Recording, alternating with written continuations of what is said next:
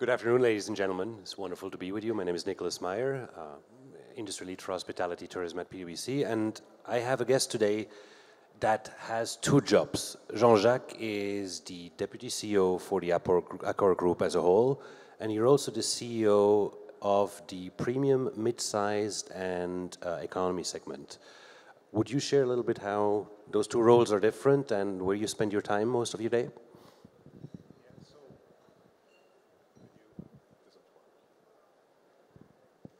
Technology? Yeah. So we made the technology work. So first off, good morning. Good morning, everybody.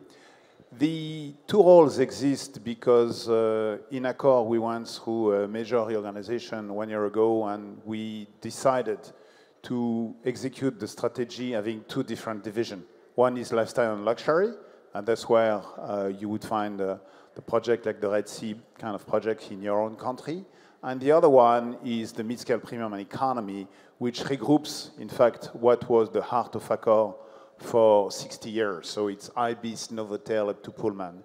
And so in that capacity, I have been focusing on ensuring that we deliver on Premium, Midscale, and Economy, whereas Sébastien Bazin, who is the CEO of the company, but he's also the lead of the Lifestyle and Luxury division, is focused on creating the relay of growth on brands that you may have heard of, like Orient Express as an illustration, or SLS. So that's really how we've been dividing our two roles.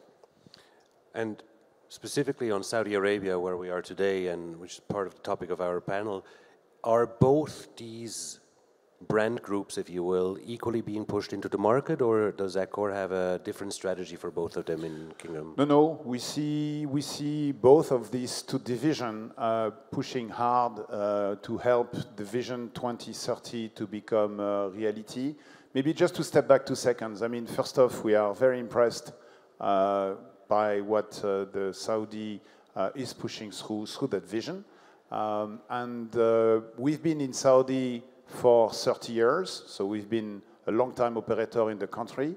But over the last couple of years, it is true that the dynamic has been such that the acceleration of the willingness to become a real player in the hotel and the tourism more generally has created immense opportunities. So we are delighted to be part of it.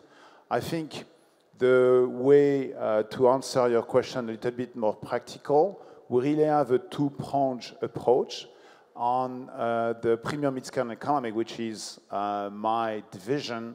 What we do is we focus on the so-called second wave city, and what it means is that there is immense need in the future as part of that vision to create an infrastructure of hotel business. One of the data that is striking about Saudi is the fact that 60% of the population is below 30 years. And that's one of the two main drivers in the hotel business, the age of the population and the size of the middle class.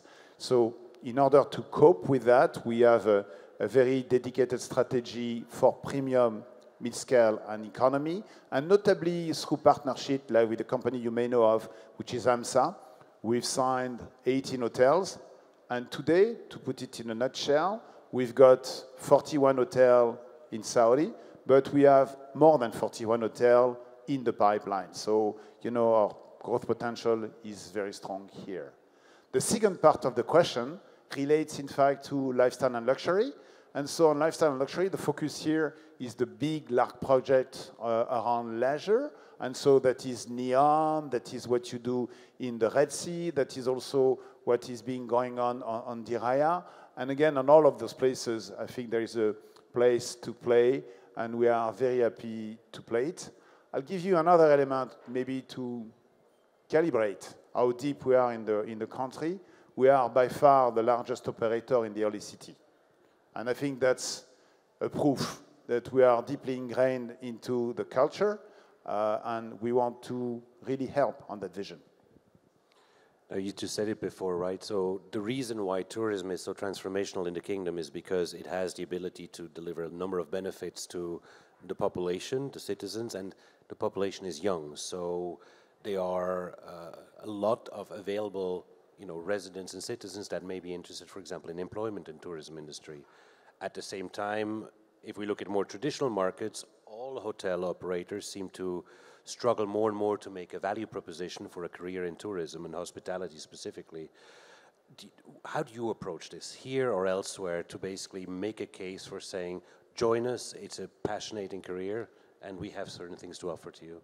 No, it's a very deep question, and I think it's much, much wider than the question of Saudi. It's the question generally in this business on how do we attract and train resources. I'll give you a couple of data points to show you how deep we are on that subject. We have about 300,000 people under our flags in the world. So 300 people work under the flag of Accor. Every year, we hire 100,000 people out of those 3,000 people. So that gives you an idea of the turnover that we are faced with, which, by the way, is typical in this industry. So Accor is the same as Hilton Marriott and so on and so forth. We have a very, very large turnover. And so we are used at developing, training, growing people. That's what we do as a business. How do we do it? So we have 5 universities across the world. And so those 5 universities are training 100,000 people every year. So it's a big machine. It's, in fact, again, as a data point, I mean, Accor was the first company in France to create a university in the 70s. That was not existing. And so we know how to do that. In the specific case of Saudi, we signed a couple of months ago an agreement with the Ministry of Tourism, which is called Tamayaz. And the idea behind that agreement is basically to push nationalization and hence develop, in fact, locals in order to be able to, take over the job that we are creating in the hotel. So I would say we've got the global, education and system existing, and we are trying to partner with the local people, and notably the Minister of Tourism, in order to adapt it to what Saudi is. A lot of those same young colleagues are looking for fresh brands to work with, right? And you're probably the company with the most prolific output of new brands, of new concepts thereon. Is there one or two that you're particularly excited that you may be wanting to bring into the region and into the market at a time being soon? Yeah, I'll do my 2 minutes marketing speech. Thank you for introducing it. I think you guys may know, you may not know. I'll make it very quick. Accor, in 10 years, totally transformed itself. I mean, we are today 3 times more in international location than what we used to be in 2015. We used to have 10% of our business, which was luxury. Today, we have tripled that number. And more importantly, we moved from an asset-light business model, being owner of asset. Today, what we provide is service. Call it management, call it franchise. As part of that, we created from a very strong history, because the group has been existing 60 years, a powerhouse of brands. We have the largest portfolio in the industry. We have 46 brands. And what it means is that we moved in that direction way before the other guys. And so we have clearly a competitive advantage today by having built that portfolio of brands starting 2015. And that's also why we are the #2 company in the luxury world in terms of network, and we are by far the #1 in lifestyle. And the reason why we are there is because we moved on those segments starting 2016, 2017, 2018, and it just happened that there was in between something called COVID that just validated the fact that today the consumer is so deep into travel, so deep into experiences, that what they are looking for means you need to have a large portfolio so that you can fit the needs of the traveler depending on where he stands and where he wants to go. We're coming, I see the clock ticking down there, but I am curious nonetheless. So you're going to be here this afternoon. What are some of the projects or some of the initiatives that you're going to be looking at this afternoon or are going to try to educate yourself on as you are in the conference here? I must say, I was talking to you about what drives business in this industry. There are really 2 things. One is demographics that we covered. The second one is wealth. and GDP growth, because it's fundamentally this business is linked to GDP growth. And you also have that in this country. I think the third thing, which is not a typical element in how you describe what drives the hotel business and the leisure business, is the framework. And I think the big advantage of Saudi and a couple of other countries in the world is that they created a vision. They created a framework. Most companies hate to work when there is no framework. And so back to your question, and to give you an example, we met yesterday on a project that is called Mukab. I'm not sure that I'm pronouncing it the right way, but it basically means the cube.